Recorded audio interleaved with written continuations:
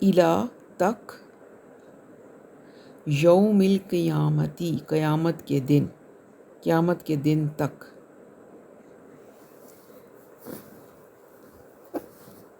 وا اور سوف ان قریب یا جلد ہی، ینبئہم، اب یہاں پر اس کے پارٹس کریں، یا کا مطلب وہ، نبی انبا جسے خبر کہتے ہیں، تو خبر تو یہاں نہیں ہم لگا سکتے نا، تو جتا دے گا، بتا دے گا، ہم ان کو، ان قریب بتا دے گا ان کو، اللہ اللہ، بما وہ کانو وہ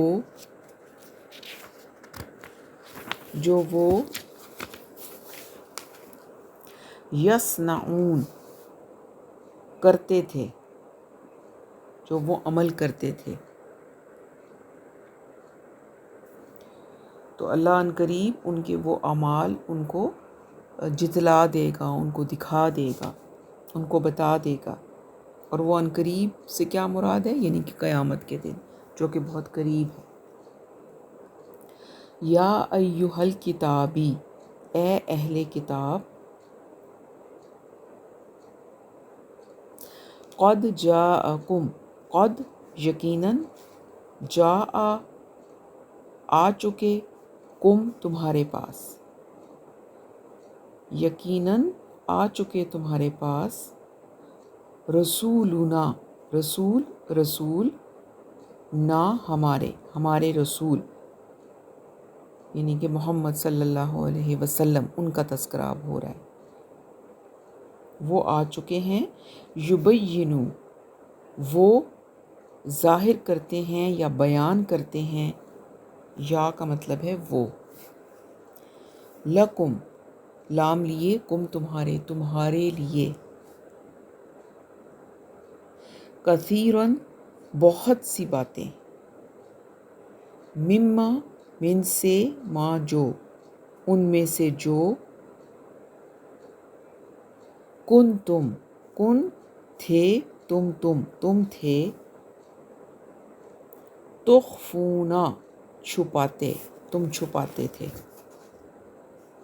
من سے، الکتابی کتاب، یعنی کتاب میں سے جو باتیں تم چھپاتے تھے، یعنی یہ خطاب ہو رہا ہے ان سے، یہودیوں اور عیسائیوں سے، تو فرمایا کہ ان اپنی جو تمہاری کتابیں تھیں ان میں سے جو تم چھپاتے تھے، ان میں سے بہت سی باتیں یہ جو محمد صلی اللہ علیہ وسلم ہمارے رسول آئے ہیں انہوں نے واضح کر دی ہیں، تم پر بیان کر دی ہیں، وا اور یعفو وہ، یا وہ کے لیے ہے، وہ درگزر کرتے ہیں، معاف کرتے ہیں، ان سے، کثیرن بہت سی باتیں، یعنی بہت ساری باتیں تو انہوں نے واضح کر دی، اور بہت سی باتیں انہوں نے درگزر کر دی، نہیں مطلب ان کو اگنور کر دیا۔ قد جاءکم، قد یقیناً، جاء آ گئے، کم تمہارے پاس، یقیناً آ گیا تمہارے پاس،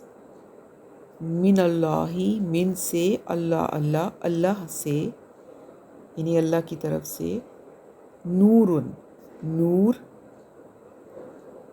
و اور کتاب، مبین روشن، یعنی روشن کتاب، یعنی کہ قرآن پاک، یہدی وہ ہدایت دیتا ہے، یہدی ہدایت دیتا ہے، بہی اس سے، اللہ ہدایت دیتا ہے اس سے اللہ، یعنی اس کتاب سے،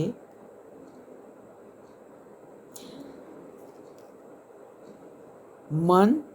جو اتبع، اتبع، اتباع، اتباع، اتباع، اتباع، اتباع، اتباع، اتباع، اتباع، اتباع، اتباع، اتباع، اتباع، اتباع، اتباع، اتباع، اتباع، اتباع، اتباع، من جو اتباع کرے،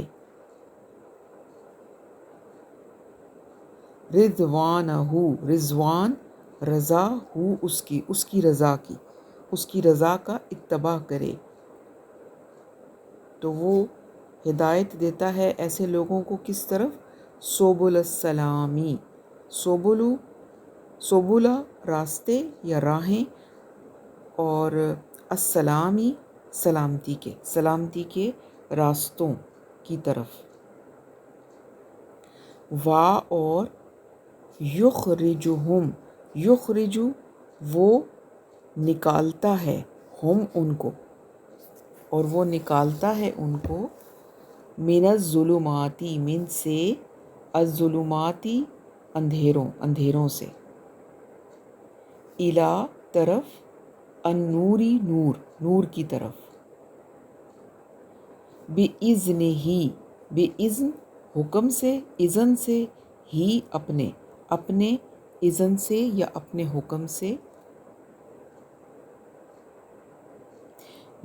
اور یہدیہم، یہدی ہدایت دیتا ہے، ہم ان کو، الی طرف، صراط راستے کے، مستقیم سیدھے راستے کی طرف ہدایت دیتا ہے۔ چلیں جی، یہاں تک ہم کرتے ہیں۔ اب اس کو تھوڑا سا آپ سمجھ لیں۔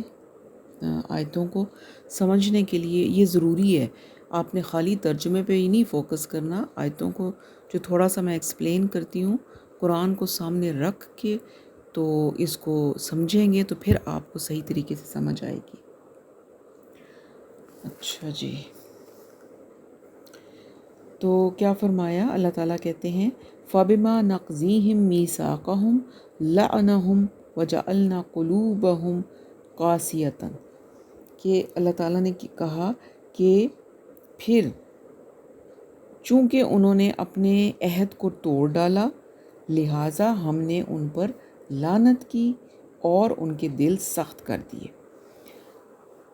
یقین کی بات ہو رہی ہے، آپ نے پچھلے لیسن میں پڑھا تھا کہ یہودیوں کو اللہ تعالیٰ نے فرمایا تھا کہ ہم نے ان سے عہد لیا کچھ پوائنٹس کے اوپر، ان سے معاہدہ کیا، جس میں یہ تھا کہ وہ زکوٰۃ دیں گے، نماز پڑھیں گے، اور یہ کہ اللہ کے راستے میں خرچ کریں گے، اور انبیاء پر ایمان لائیں گے، اور اسی طرح سے وہ سارے پوائنٹس جو پچھلے لیسن میں ہم نے پڑھے تھے۔ تو انہی کے بارے میں اللہ کہہ رہے ہیں کہ یہ تمام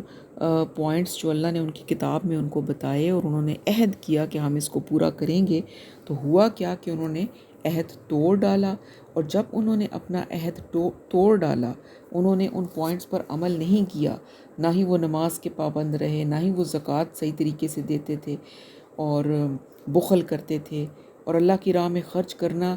یا قرض حسنہ دینا تو دور کی بات، انہوں نے تو سود خوری شروع کر دی تھی، جو کہ بہت زیادہ پیمانے پر وہ کر رہے تھے اس وقت بھی اور اب بھی۔ تو اور پھر رسولوں پر ایمان لانا تو دور کی بات ہے، انہوں نے تو جی بھر کے ان کی مخالفت بھی کی، اور پھر کئی انبیاء کو انہوں نے قتل بھی کیا، اور ان کے راستے میں بہت مشکلات بھی کھڑی کی۔ تو یہ تمام باتیں انہوں نے کی، جس کے بعد اللہ تعالیٰ کہتے ہیں کہ انہوں نے چونکہ اپنا میثاق نہیں نبھایا، اس کو توڑ دیا، تو فرمایا کہ اس کی وجہ سے یہ جو انہوں نے گناہ کیا،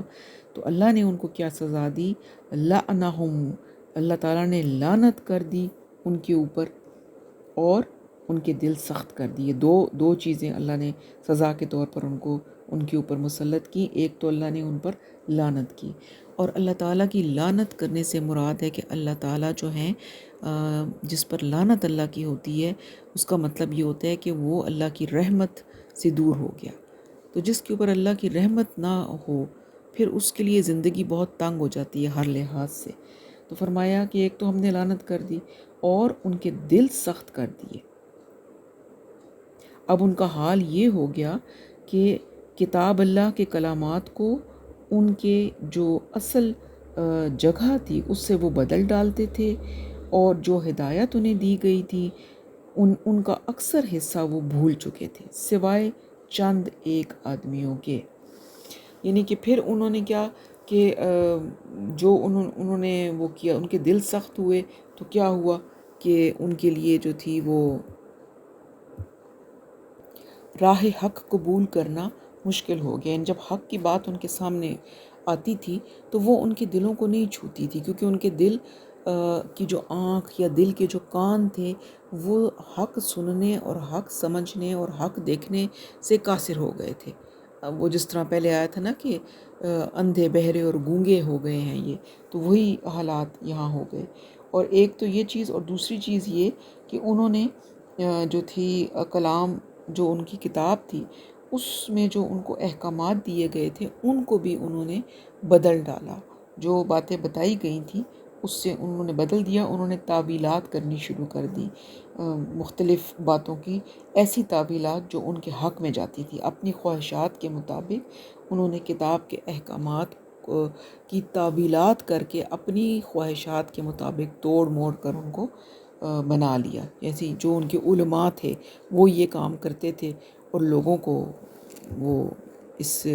لوگ خوش ہو کر ان سے فتوے لیتے تھے اور وہ ان کی مرضی کے مطابق کتاب میں سے ان کو فتوے دیا کرتے تھے. تو یہ جو تھی ان کے لیے جو اللہ تعالیٰ نے فرمایا کہ انہوں نے یہ حرکتیں کی. اور پھر جو نصیحت اللہ تعالیٰ کہتے ہیں کہ جو نصیحت ہم نے ان کو کی تھی، باتیں بتائیں تھیں، اس میں سے اکثر حصے کو وہ بھول گئے تھے، تو انہوں نے اس سے فائدہ نہیں اٹھایا بلکہ چھوڑ دیا. تو آگے فرمایا، اور اب نبی صلی اللہ علیہ وسلم کو اللہ تعالیٰ خطاب کر رہے ہیں کہ وَلَا تَزَالُ تَطَّلِعُ عَلَىٰ خَائِنَةٍ مِّنْهُمْ، اے نبی صلی اللہ علیہ وسلم آپ ہمیشہ ان کی طرف سے خیانت کی اطلاع پاتے رہیں گے. یعنی آپ صلی اللہ علیہ وسلم جب مدینہ میں تشریف لائے تھے تو یہ نئی جگہ تھی آپ کے لیے، اور مسلمانوں کی پوزیشن بھی کوئی اتنی مضبوط نہیں تھی. تو پہلے کچھ مہینے میں تو یہ جو کام آپ نے صلی اللہ علیہ وسلم نے کیے ان میں ایک کام یہ بھی تھا کہ جو مدینہ کے ساتھ ساتھ یہود کے 3 قبیلے، بڑے قبیلے آباد تھے، ان سے آپ نے کچھ معاہدے کیے. اور وہ معاہدے یہ تھے کہ اگر مدینہ پر حملہ ہوگا تو سب مل کر پھر اس کا دفاع کریں گے. لیکن بعد میں ان میں سے ہر قبیلے نے جو اس میں غداری کی، یعنی معاہدے تو کر لیے لیکن جب موقع آتا تھا تو وہ مدینہ پہ جب حملہ ہوتا تھا یا کوئی ایسی بات ہوتی تھی تو وہ دشمنوں کا ساتھ دیتے تھے اور مسلمانوں کے ساتھ خیانت کرتے تھے. تو آپ صلی اللہ علیہ وسلم کو ان کی طرف سے ہوشیار فرمایا یہ جا رہا ہے کہ آپ ان کی طرف سے ہوشیار رہیں. ان کی خیانتوں اور سازشوں کی اطلاعیں جو تھیں آپ کو ملتی رہیں گی، وہ لوگ ہیں ہی ایسے. اور اس کو بتانے کا مقصد یہ کہ آپ کو پہلے سے تیار کر دیا گیا کہ یہ لوگ جو ہیں ان سے آپ کسی وفا کی توقع نہ رکھیں، وہ سازشیں کرتے رہیں گے. الا قلیلا منہم، سوائے ان میں سے چند ایک کے. بہت تھوڑے سے لوگ ہیں جو ایسا نہیں کریں گے، جو کہ اپنے عہد کو نبھائیں گے، ورنہ میجورٹی جو ہے ان کی وہ اس طرح کے کام کرتی رہے گی. اور پھر آپ کو فرما دیا گیا کہ آپ نے کرنا کیا ہے، فَاعْفُوا عَنْهُمْ وَاصْفَحُوا، لہٰذا آپ ابھی انہیں معاف کرتے رہیں اور درگزر سے کام کریں، یعنی اگنور کریں ان کی باتوں کو اور درگزر کریں. ان اللہ یحب المحسنین، یقیناً اللہ تعالیٰ احسان کرنے والوں کو پسند فرماتا ہے. تو ابھی تو ان کو یہی بتایا گیا کہ بھی آپ اگنور کریں ان کی باتوں کو اور ایک طرح کا احسان کا رویہ رکھیں، کیونکہ اللہ کو احسان کرنے والے پسند ہیں. اب یہاں سے یہ چیز جو تھی یہ یہودیوں کے بارے میں بتائی گئی. اب اگلی جو آیت ہے اس میں کیا خطاب ہے عیسائیوں سے. فرمایا وَمِنَ الَّذِينَ قَالُوا إِنَّ نَصَارَىٰ أَخَذْنَا مِيثَاقَهُمْ، اور جن لوگوں نے کہا کہ ہم تو عیسائی ہیں، ہم نے ان سے بھی میثاق اور عہد لیا. اب فرمایا جنہوں نے کہا کہ اللہ تعالیٰ نے کوئی یہودیت یا عیسائیت نام کی چیز نہیں بنائی، یہ انہوں نے خود اپنے نام رکھ لیے تھے. اس لیے فرمایا نا کہ جنہوں نے کہا کہ ہم تو عیسائی ہیں، انہوں نے خود اپنے آپ کو عیسائی کا نام دیا. تو ان کو بھی اللہ تعالیٰ کہتے ہیں کہ ان سے بھی ہم نے جیسے یہود سے عہد لیا تھا ویسے ان سے بھی عہد لیا. تو انہوں نے پھر کیا کیا، فَنَسُوا حَظًّا مِّمَّا ذُكِّرُوا بِهِ، انہوں نے بھی وہی کچھ کیا کہ وہ بھی بھول گئے ایک بڑا حصہ اس کا کہ جس کی ان کو نصیحت کی گئی تھی. اور انہوں نے بھی اس نصیحت سے فائدہ اٹھانا چھوڑ دیا۔ فَأَغْرَيْنَا بَيْنَهُمُ الْعَدَاوَةَ وَالْبَغْضَاءَ إِلَى يَوْمِ الْقِيَامَةِ، تو اب اللہ تعالیٰ نے فرمایا کہ تو ہم نے ڈال دی ان کے درمیان دشمنی اور بغض قیامت کے دن تک۔ یہ ان کی سزا تھی۔ یہودیوں کی سزا بتا دی گئی کہ ان کے دل سخت ہو گئے اور ان پر اللہ نے لعنت کر دی۔ انہوں نے جب اپنے عہد کو توڑا تو ان کے لیے اللہ نے فرمایا کہ ہم نے قیامت کے دن تک ان کے بیچ میں دشمنی اور بغض ڈال دی،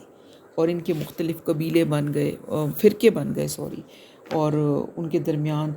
بغض اور عداوت اللہ تعالیٰ نے ڈال دی۔ تو یہ بھی ایک سزا ہے، یہ جو فرقہ فرقہ ہو کر ایک ہی قرآن، ایک ہی کتاب کو ماننے والے، اور لیکن انہوں نے مختلف مسلک اور فرقوں میں، جیسے ان کے وہ ہیں پروٹیسٹنٹس ہیں اور کیتھولکس ہیں، اس طرح سے۔ فَسَوْفَ يُنَبِّئُهُمُ اللَّهُ بِمَا كَانُوا يَصْنَعُونَ، اللہ تعالیٰ کہتے ہیں اور عنقریب یا جلد ہی اللہ تعالیٰ جتلا دے گا انہیں جو کچھ کہ وہ کرتے رہے ہیں۔ یعنی بہت جلد روز قیامت والے دن، یعنی روز قیامت ایک بہت جلد آنے والا ہے۔ ابھی تو وہ جو کچھ کر رہے ہیں ان کو ڈھیل ملی ہوئی ہے، ان کو مرضی سے وہ جو دل کرتا ہے کرتے ہیں، لیکن ایک وقت آنے والا ہے کہ جب پھر اللہ تعالیٰ کی پکڑ آ جائے گی اور اللہ ان کو پھر سب کچھ کیا حق اور باطل جو ہے وہ سامنے آ جائے گا۔ اچھا، اب یہاں سے دیکھیں ہم نے بھی جو لیسن لینا ہے وہ کیا لینا ہے۔ یہود اور نصارہ نے جو غلطی کی، ہم امت محمدی کے طور پر ہم بھی وہ غلطیاں ریپیٹ کر رہے ہیں، اور اگر غور کریں تو وہ سزائیں جو ان کو ملی تھیں وہ کسی نہ کسی حد تک ہمیں بھی مل رہی ہیں۔ یہ ہم خود اپنے لیے ایک فوڈ فار تھاٹ ہے ہمارے لیے یہ آیتیں پڑھ کر سوچنا، کیونکہ قرآن جو ہے وہ ایک آئینہ ہے، اور اس میں ہم نے اپنے آپ کو دیکھنا ہے کہ ہم کہاں سٹینڈ کرتے ہیں۔ تو دیکھنا ہے کہ جو غلطیاں انہوں نے کی تھی، کیا ہم تو وہ غلطیاں نہیں کر رہے؟ کیا ہم اپنے میثاق اور معاہدے پر قائم ہیں، یا ہم نے بھی وہ بھلا دیا ہے اور ہم بھی تعویلات کی طرف چلے گئے ہیں، اور ہم نے بھی کتاب کی جو چیزیں ہیں ان کو اپنی خواہشات کے مطابق ان کے فتوے بنا کر اور تعویلات بنا لی ہیں۔ تو اگر ہم کتاب کو بھولیں گے تو جو سزائیں ان کو ملی ہیں وہ ہمیں بھی مل رہی ہیں، اور مل رہی ہیں اگر ہم اس کے اوپر غور کریں کہ اگر ہم قرآن کو اس طرح سے قرآن کے ساتھ کریں گے تو حق ہمارا دل، پھر یہ اللہ کی سزا ہوتی ہے کہ اللہ تعالیٰ دل بند کر دیتے ہیں، وہ اس دل کو حق کی اور قرآن کی یہ باتیں اچھی ہی نہیں لگتی۔ تو اللہ تعالیٰ اس سے ہمیں بچائیں۔ اور پھر یہ کہ فرقے، ہم بھی فرقوں میں بڑھ چکے ہیں اس وقت، تو اللہ تعالیٰ جو ہے وہ ہمیں سیدھے رستے پر رکھیں۔ ہاں جی، آگے ہے یا اہل الکتابی قد جاءکم رسولنا، اب اللہ نے فرمایا کہ اے اہل کتاب، آ گیا ہے تمہارے پاس ہمارا رسول، یعنی کہ محمد صلی اللہ علیہ وسلم۔ آپ صلی اللہ علیہ وسلم جب آئے تھے تو سامنے عیسائی بھی موجود تھے اور یہود بھی موجود تھے، تو اب انہیں بتایا گیا کہ اب تمہارے درمیان ہمارا رسول آ گیا ہے، یبین لکم کثیرا مما کنتم تخفون من الکتاب، جو کہ ظاہر کر رہا ہے تم پر وہ باتیں،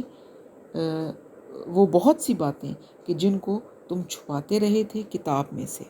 وَيَعْفُو عَنْ كَثِيرًا، اور بہت سی باتوں سے وہ درگزر کر رہے ہیں۔ یعنی کہ وہ رسول محمد صلی اللہ علیہ وسلم جو ہیں وہ تم پر بہت سی باتیں ظاہر کر رہے ہیں، ان کو تمہیں سمجھا رہے ہیں، بتا رہے ہیں، جو تمہاری کتاب میں موجود تھی لیکن تم نے ان کو چھپایا ہوا تھا۔ آپ کو پتہ ہے یہود کے علماء جو تھے، وہ یہود